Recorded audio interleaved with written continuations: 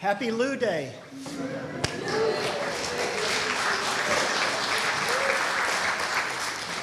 It's not every day we get to celebrate the 100th anniversary of the birth of a great composer, especially not one born right here. And also, Happy Pride Week.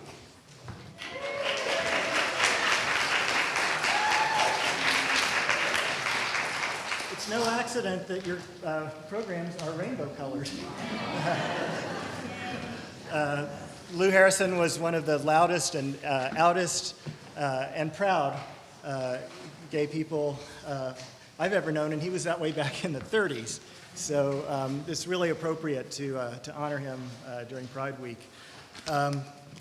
We have had an amazing 2 days of celebrating Lou's birthday. How many of you were at the concert last night?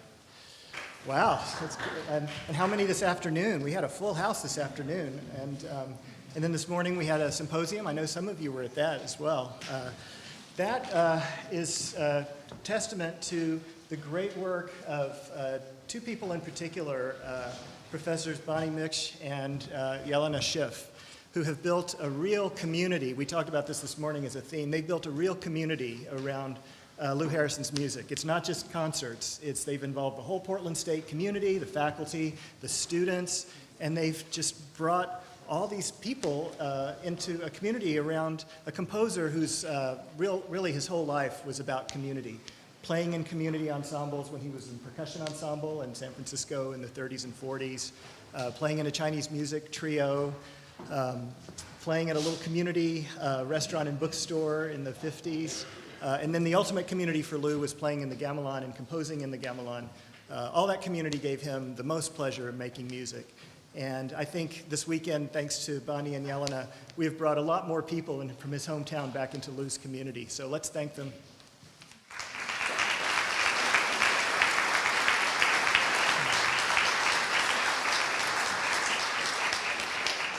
I'm Brett Campbell, by the way, and I'm here for two reasons.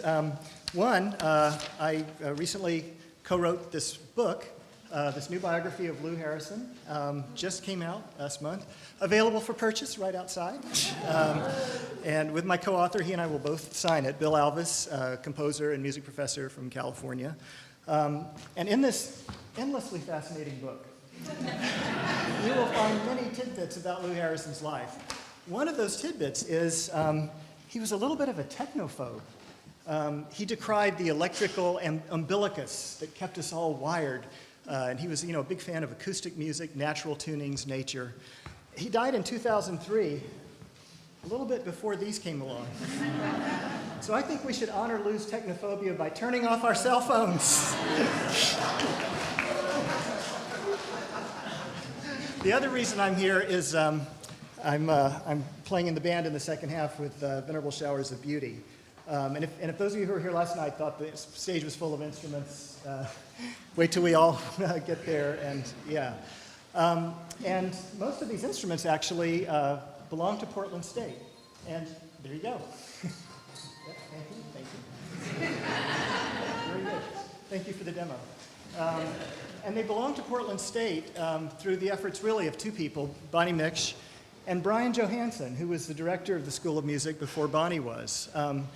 It's hard to get a gamelan in a university in America. There are some sitting in garages now because they require a lot of space, and they require, hiring people to teach it.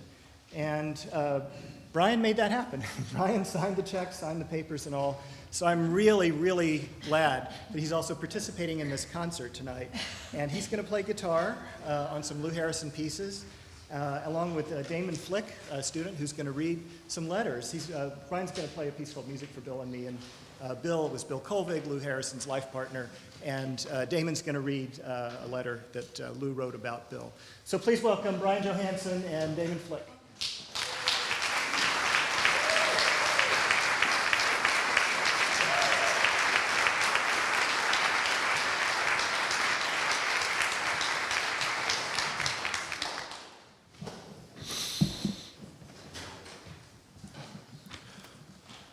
Lou wrote about Bill.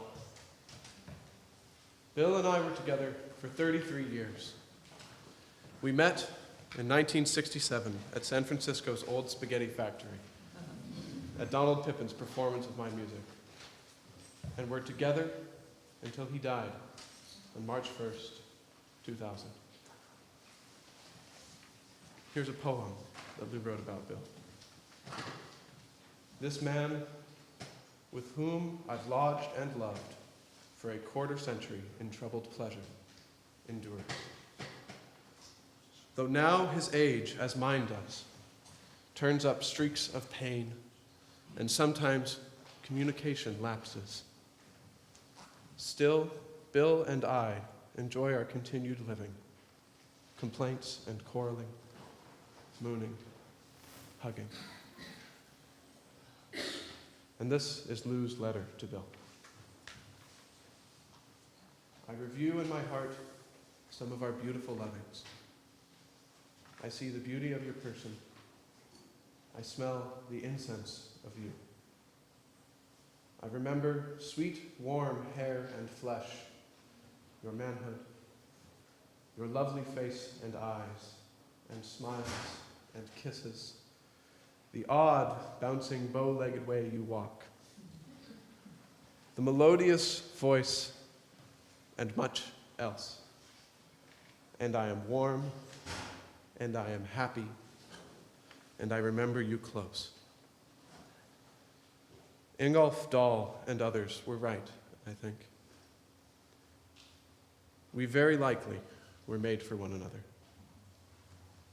This house feels our house, with you temporarily absent. Enjoy the concert.